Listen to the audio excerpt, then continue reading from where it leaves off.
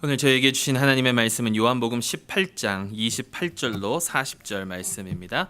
신약성경 179페이지 요한복음 18장 28절로 40절 말씀 우리 함께 보시도록 하겠습니다. 제가 봉독하겠습니다. 그들이 예수를 가야바에게서 관정으로 끌고 가니 새벽이라.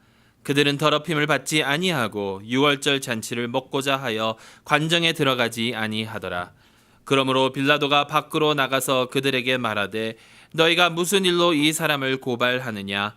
대답하여 이르되 이 사람이 행악자가 아니었더라면 우리가 당신에게 넘기지 아니하였겠나이다. 빌라도가 이르되 너희가 그를 데려다가 너희 법대로 재판하라. 유대인들이 이르되 우리에게는 사람을 죽이는 권한이 없나이다 하니 이는 예수께서 자기가 어떠한 죽음으로 죽을 것을 가리켜 하신 말씀을 응하게 하려 함이로다. 이에 빌라도가 다시 관정에 들어가 예수를 불러 이르되 내가 유대인의 왕이냐?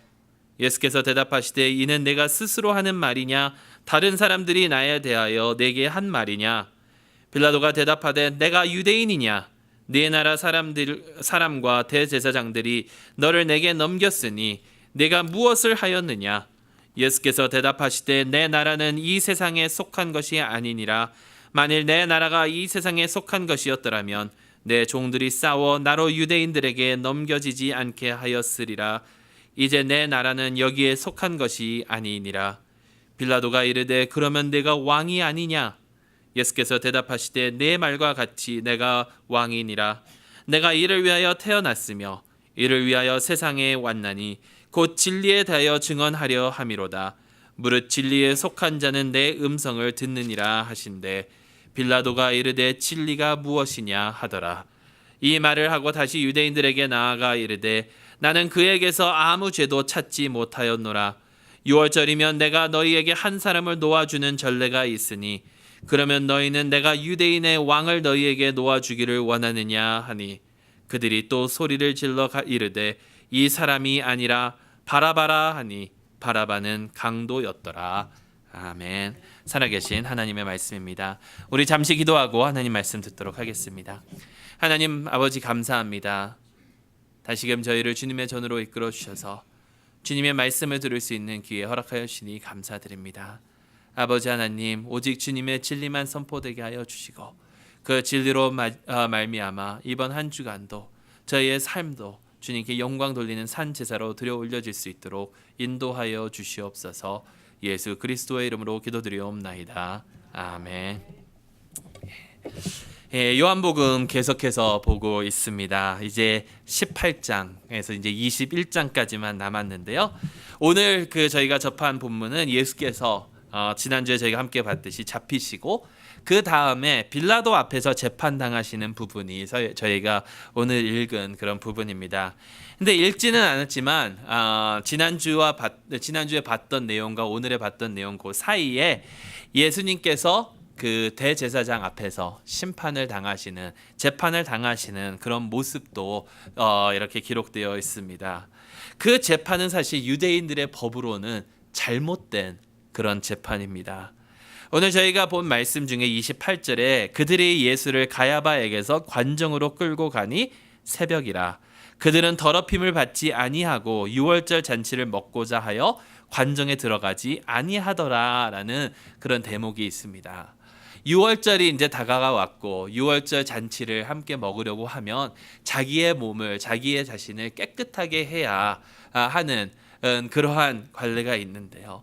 그런데 만약에 이 이방인의 장소인 이 관정에 들어갔다가 괜히 잘못된 것을 만지고 자기의 몸이 더럽혀지면 그것을 깨끗하게 하려면 또 시간이 걸리니까 그 관례적으로 시간이 걸리니까 그들은 그렇게 들어가지 아니하였다라고 합니다. 예수님을 죽이려고 하면서도 죄가 없이 이 세상에 유일하게 사셨던 예수님을 없애려고 하면서 그 재판을 하려고 하면서도 그들은 자신들의 생각대로 더럽히지 않게 하려고 하는 그러한 모습을 보여주고 있는 것이죠. 근데 여러분 이 사람들은 이미 하나님 앞에서 죄를 범하고 있는 자들이었습니다.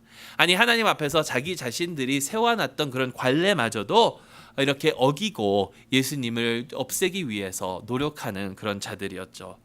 특히 예수님께 그 산헤드린 공회 앞에서 당하신 그 재판을 살펴보면요, 얼마나 잘못된 것인지 저희가 알 수가 있습니다.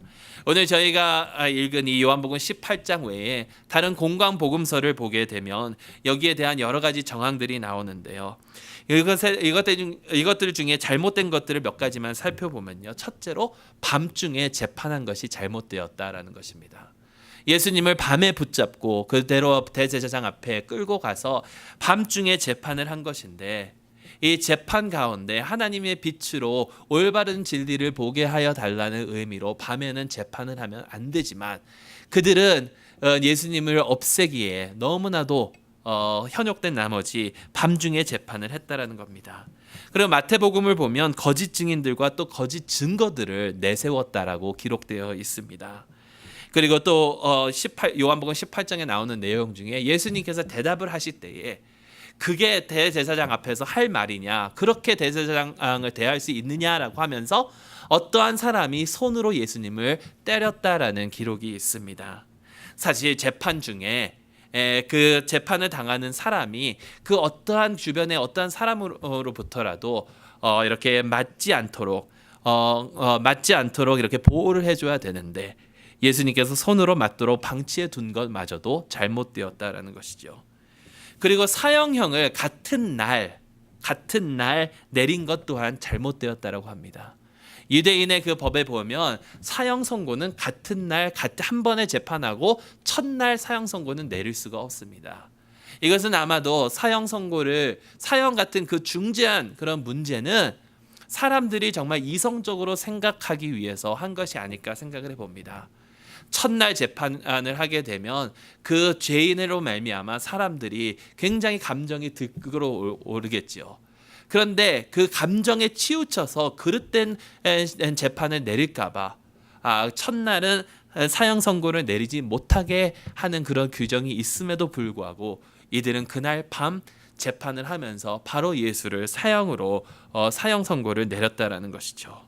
그리고 또 하나는 사형에 관한 그런 재판은 이렇게 큰 절기가 있는 전날 열면은 안 되는 것이 그들의 법입니다.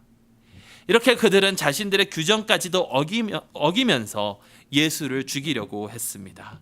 죄가 없으신 의로우신 예수님을 죽이려고 그렇게 하면서도 자기 스스로는 더럽혀지지 않으려고 하는 그런 위선을 보이고 있는 것이 이 제사장들과 또 유대인 지도자들의 모습이었다라는 것이죠. 이 모습은 자기 자신을 위해서는 무엇이든지 하려고 하는 그런 인간의 욕심을 보여주고 있는 것이 아닌가 생각해 봅니다. 오늘 저희가 읽은 빌라도는 또한 어떠한가요? 여러분, 빌라도는 예수님을 재판했습니다. 하지만 많은 학자들이 빌라도가 예수님을 재판하고 있지만 사실 이것이 반대로 뒤집혀서 빌라도 스스로가 예수님 앞에서 재판을 받고 있는 거다라고 이야기를 합니다. 어떠한 그런 재판을 받고 있는지는 우리가 조금 후에 더 자세히 살펴보도록 하겠습니다. 먼저 빌라도와 예수님의 그런 대화를 한번 보시기 바랍니다. 빌라도가 예수님께 묻습니다. 내가 유대인의 왕이냐? 내가 유대인의 왕이냐? 예수님을 이렇게 고발하는 다른 죄의 명들도 있었습니다. 첫째로는 신성 모독죄가 있었고요. 그가 자기가 하나님이라고 한다. 근데 로마 법정에서는 이것은 아무런 문제가 되는 것이 아닙니다. 로마는 유대인의 그런 종교에 대한 아무런 그런 관심도 없었고요.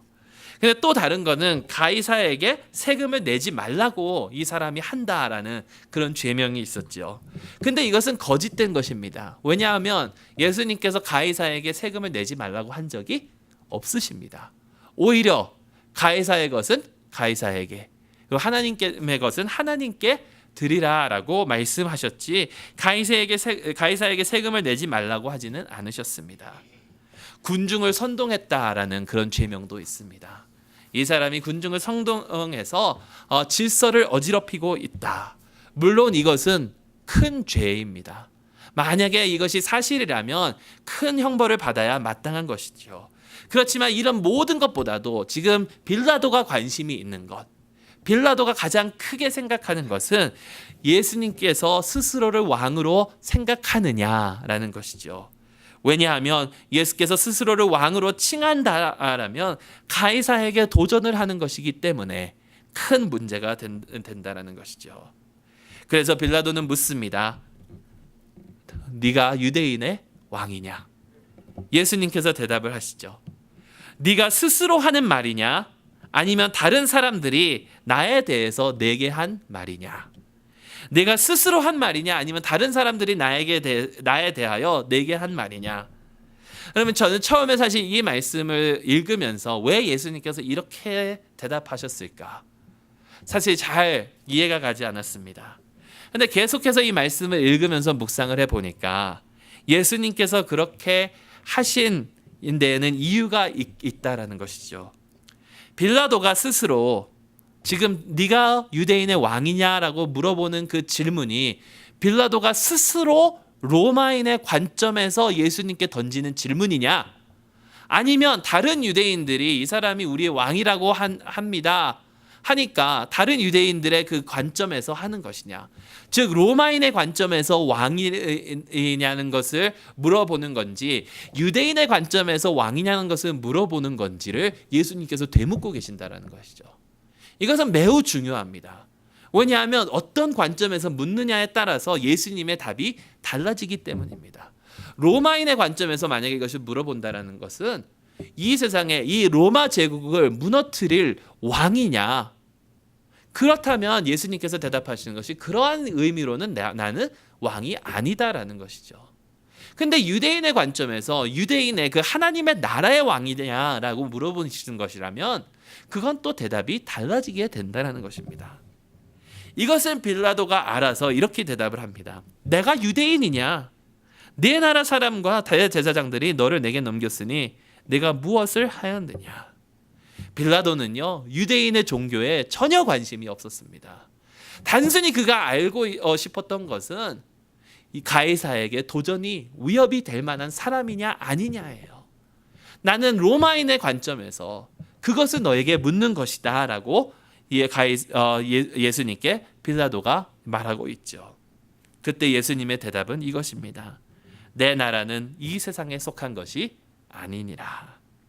왜냐하면 만약 예수님의 나라가 이 세상에 속한 것이었더라면, 이 세상에 예수님께서 왕국을 설립하는 것이 예수님의 목적이셨더라면 예수님의 제자들이 목숨 걸고 싸웠겠죠. 왜 예수님이 붙잡히게, 왜 예수님이 그 사형당하게 놔뒀겠습니까? 그렇지만 그것이 아니다라는 것입니다. 근데 빌라도가 이 예수님의 대답을 정확히 이해했는지 안 했는지는 정확히 모릅니다. 더 정확히 알아보기 위해서 빌라도는 물어보죠. 그러면 내가 왕이 아니냐? 예수님께서는 맞다, 나는 왕이다 라고 대답을 하십니다. 그러면서 예수님께서 더 하시는 말씀이 뭐냐면, 하지만 내 나라는 이 세상의 것이 아니라 진리의 나라이다 라는 것입니다. 그러면 예수님께서 말씀하고 있는 예수님의 왕국은요, 이 세상의 왕국이 아니라 이 세상을 뛰어넘는 그 진리라는 영역의 나라의 왕이시다라는 것입니다. 예수님의 왕국은 이 세상에서 로마를 무너뜨리고 세우는 그런 왕국이 아니라 이 세상의 모든 것을 다 뛰어넘는 하나님의 그 진리의 영역의 그 나라, 진리의 왕국이다라는 것이죠. 빌라도는 이 말씀을 듣고 진리가 무엇이냐라고 묻고, 그리고 나아가서 군중에게 선포하기를 예수에게서 아무 죄도 찾지 못하였다라고 선포하고 있습니다. 여러분, 빌라도의 모습을 보면요, 지금까지의 빌라도의 모습을 보면 빌라도는 아주 공정하고 아주 정확한 재판을 내렸습니다. 지금까지 빌라도의 모습을 보면 빌라도는 정말 어떠한 쪽에서도 치우치지 않고 매우 공정한, 매우 정확한 재판을 내렸다라는 것입니다. 그래서 어떤 사람들은 그렇기 때문에 빌라도가 너무나도 안타깝다라는 거예요. 왜냐하면 빌라도는 여러분 잘 아시듯이 다른 복음서에서 나온 것처럼 예수님께서 죄를 찾지 못하였으니까 자신의 손까지 씻은 사람이 아닙니까? 그러면서 이 사람과 나는 무관하다라고 하면서 그렇게 정확하게 이 사람은 죄가 없다라고 판결을 내린 사람인데 우리는 사도신경을 외울 때마다 본디오 빌라도에게 고난을 받으사 2000년 동안 빌라도에게 고난을 받으사라고 했으니 빌라도가 얼마나 억울하겠냐라는 것이죠. 그런데요, 여러분, 빌라도의 잘못은 여기서부터 시작입니다.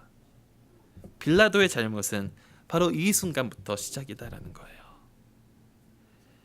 다음 장인 19장 10절 말씀에 빌라도는 예수님께 이런 얘기를 합니다. 내가 너를 놓아줄 권한도 있고 십자가에 못 박을 권한도 있다. 그러니까 빌라도에게는 그런 막강한 힘이 있었고 막강한 권력이 있었습니다. 이 사람을, 이 죄인을 놓아줄 수도 있고 이 사람을 사형에 처할 수도 있는 그러한 막강한 힘이 빌라도에게 있는데, 그렇더라면 그가 정말 진정한 진리를 위해서 사는 사람이라면, 정확하게 그 공정한 재판을 내리는 그러한 의의 재판장이라면 무죄를 선포한 이 예수님을 바로 놓아줬어야 하는 것이죠. 바로 놓아줬어야 되죠. 그런데요, 그는 군중의 압력을 이기지 못하고 죄 없는 예수님을 십자가에 못 박혀 돌아가시도록 넘겨주었다라는 것입니다. 여러분, 이 사람이 한 질문이 무엇입니까? 진리가 무엇이냐?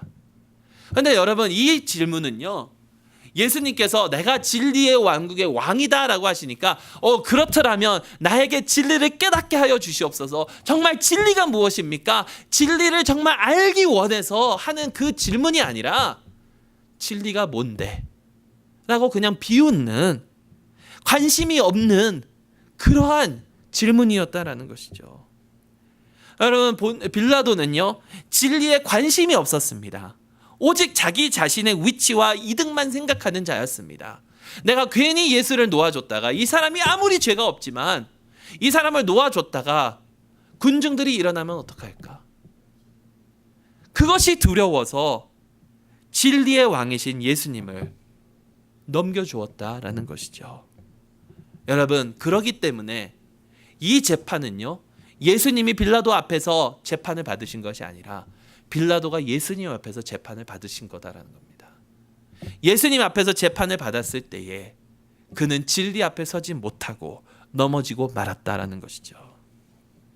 여러분, 저는 여기서 우리 스스로를 되돌아봐야 될 줄로 믿습니다. 우리는 과연 어떠한가? 우리 자신은 과연 어떠한가?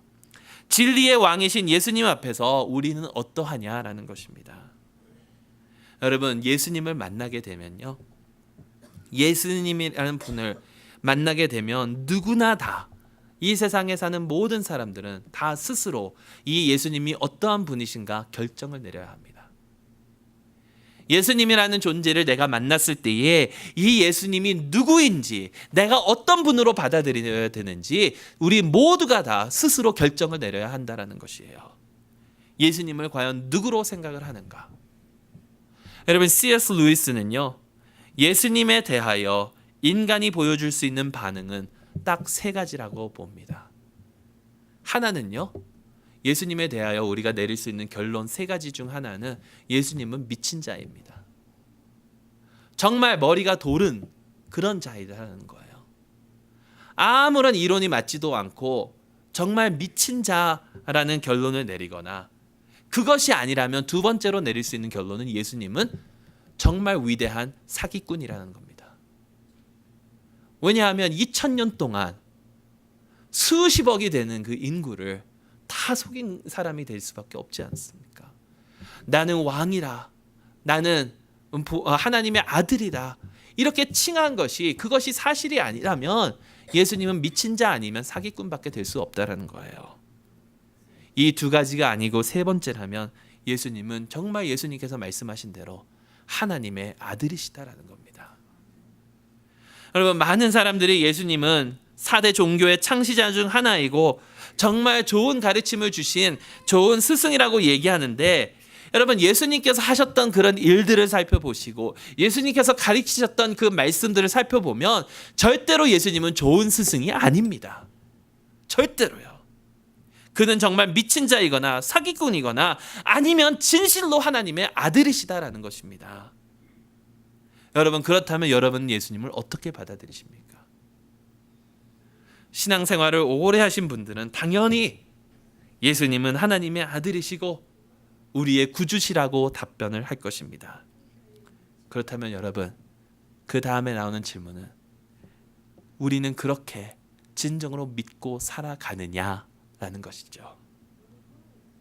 과연 예수님께서 하나님의 아들이시고 진리의 왕이시라고 우리가 믿는다면 그의 말씀에 순종하며 그의 나라의 시민답게 살아가야 될 줄로 믿습니다. 여러분, 예수님께서 말씀하시기를 예수님의 나라는 이 세상의 나라가 아닙니다. 그렇다고 해서 이 세상의 나라가 아니니까 할렐루야, 예수님의 나라는 저기 있고 우리는 이 세상에서 아무렇게나 살아도 된다, 이거는 또 아니죠. 예수님의 나라는 이 세상에 아무런 영향력이 없는 그런 나라가 아니라, 오히려 이 세상에서 우리는 진리라는 그 영역을 넓히며 살아가야 될 줄로 믿습니다. 진리의 나라, 진리의 왕국. 여러분, 오늘날 많은 사람들이 진리를 외면하고 살아가고 있습니다. 많은 사람들이 진리는 상대적인 것이라고 얘기하고 있고요. 내가 옳다고 믿고 내가 좋다고 생각하는 것은 진리다라고 이야기를 합니다. 하지만 예수님께서 가르쳐 주신 것은 진리는 상대적이 아니고 절대적이라고 말씀하고 계십니다. 그리고 참된 진리는 바로 예수님 자신 안에서 찾을 수 있다라고 말씀하고 계십니다. 왜냐하면 예수님께서 진리 그 자체이시기 때문입니다. 여러분, 다시 말씀드리지만 예수님께서 진리이신 것을 우리가 믿고 예수님의 말씀을 받아들이거나 아니면 예수님의 가르침은 절대로 받으면 안 되는 그 두 가지 옵션밖에 없다라는 것이죠. 예수님께서는 하나님의 아들이시거나 그것이 아니라면 미친 자이거나 사기꾼밖에 되지 않는다라는 것입니다. 여러분, 하나님의 그 진리의 영이 우리 가운데 역사하셔서 예수님께서 하나님의 아들이신 참된 진리를 믿는 저희 모두가 될 수 있기를 간절히 소망합니다. 그렇다면 이 진리의 왕국, 이 세상을 뛰어넘는, 하지만 이 세상에 영향력을 미치는 그 진리의 왕국은 과연 어떤 모습일까요? 우리가 넓혀가야 되는 그 진리의 영역은 과연 도대체 무엇이냐라는 것이죠. 그것은 하나님의 성품을 드러내는 것이어야 될 줄로 믿습니다. 여러분, 하나님의 성품을 드러내는 것은 어떤 것일까요? 저는요, 첫째로 하나님의 나라는요, 하나님의 왕국은 서로의 관계가 회복되는 것이라고 믿고 있습니다. 여러분, 탕자의 비유를 아시죠? 탕자의 비유. 많은 사람들이 탕자의 비유에 대해서 뭐라고 얘기하냐면 이것은 죄인이 회개하고 주님 앞에 돌아오는 그것을 비유로 말씀하신 것이다. 그 둘째 아들이 아버지의 재산을 가지고 나가서 흥청망청 쓰다가 다 써버리고 다 날려버리고 먹을 것이 없어서 배고파서 아버지께로 돌아오는 그 탕자의 모습. 그랬을 때 아버지는 그를 받아들여 줍니다. 그러니까 이 탕자의 그 비유는 아버지께로 돌아오는 그 회개한 죄인의 모습이고, 또 그 아버지의 모습은 정말 우리 그 죄인을 은혜로 덮어주시는 그러한 사랑의 모습이다라고 많이 이렇게 들어오셨죠. 근데 제가 최근에 읽은 책 중에 에이미 질 러빈이라는 그 분이 쓴 책을 딱 읽었는데요. 여러분, 그 탕자의 비유를 쭉 살펴보게 되면 탕자의 비유 전에 두 가지 다른 비유가 나옵니다. 두 가지 다른 비유가 뭐냐면 길 잃어버린 어린 양, 잃어버린 양과 또 잃어버린 동전에 대한 비유가 나오죠. 누가복음 15장에. 근데 그 말씀을 하기 전에 예수님께서 이렇게 말씀하십니다. 거기에 그 상황이 어떤 상황이냐면 세리들과 죄인들이 한 그룹이 있었고요. 또 바리새인들과 또 서기관들이 있었다라는 거예요. 근데 죄인들이라는 그 단어를 우리가 딱 들으면 하나님 앞에서 정말 하나님의 법을 어기면서 잘못된 일을 하는 자들을 죄인들이라고 생각을 하잖아요. 근데 그 누가복음에 나온 그 전체적인 그런 내용을 쭉 살펴보면요, 죄인들은요 하나님 앞에 죄를 지었다기보다는 부자들을 뜻하고 있습니다. 부자들인데 가난한 자들을 돌보지 않는 자들을 죄인들이라고 얘기하고 있어요. 예. 내가 뭐 어디 가서 강도질을 하거나 이것이 아니라 그런데 여러분 그것을 잘 살펴보면요. 자, 길 잃어버린 어린 양이 있습니다. 잃어버린 어린 양이 있습니다. 잃어버린 동전이 있습니다. 그리고 잃어버린 아들이 있습니다. 다 세 비유에 잃어버린 것들이 있다라는 거예요. 그리고 다 세 비유에 그 잃어버린 것들을 찾습니다. 그리고 잔치가 열립니다. 그렇죠? 그런데 길 잃어버린 어린 양은 회개하지 않습니다. 동전도 회개하지 않습니다. 회개하는 동전 보신 분 계신가요? 근데 이 러빈님께서 하시는 말씀이 둘째 아들도 회개할 만한 그러한 그 마음이 없다라는 거예요. 회개할 만한 마음이 없다라는 거예요. 그가 왜 돌아왔는지 아십니까? 배고파서. 그가 돌아온 이유는 간단해요. 배고파서. 예. 그렇다면 지금 이 비유가 저에게 주고 있는 그 메시지가 무엇이냐면 여기서 우리가 알 수 있는 그 하나님의 나라의 그 비밀이 무엇이냐면 하나님의 나라는 관계가 회복되는 곳이다라는 거예요. 잃어버린 것들이 찾아지고 무너졌던 가정이 다시 회복이 되고 이것이 하나님의 나라라는 거예요. 여러분 지금은요 출가를 하지 않습니까? 우리 자녀들이 그 EM 예배 때도 이제 학생 2명이 집을 떠나서 이제 기숙사 생활을 하게 시작하고 그 두 장로님 중 어느 한 장로님은 한 번 나가면 다시는 돌아오지 말라라고 이렇게 생각하시는 한 장로님도 계시는데 근데 여러분 잘 생각해 보면요. 이 성경 시대, 성경의 그 시대 때 가족을 떠난다라는 것은요. 그 사회에서 버림받는 것이라는 뜻이에요. 가룟 유다가 자살을 했죠.